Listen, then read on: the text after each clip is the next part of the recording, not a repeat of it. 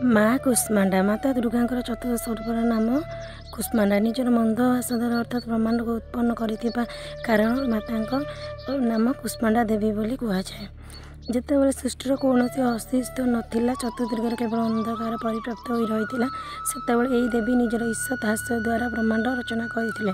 तेणु यही माता ही सृष्टिर आदि स्वरूप आदिशक्ति ही यही माँ निवास सूर्यमंडल अंतलोक सूर्यलोक निवास कर क्षमता और शक्ति केवल यही माँ अच्छी। यहाँ शरीर कांति प्रभा मध्य सूर्य समान देदीप्यमान और भास्वर माँ तेज प्रकाश 10 दिगरे उद्भासित हो ब्रह्मांडर सकल वस्तुर तथा समस्त प्राणी तेज होई माँ तेजर छाया मात्र।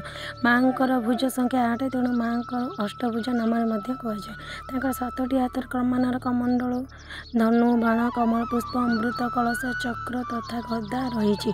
अष्टम हाथ रही सर्वसिद्धि सर्वनिधि प्रदायक जपमाला। माता बाहन हो सिंह। नवरात्र पूजार चतुर्थ दिन माँ कुष्मांडा देवी स्वरूप को ही पूजा कराए। माँ कुष्मांडा समस्त मंगल करंतु।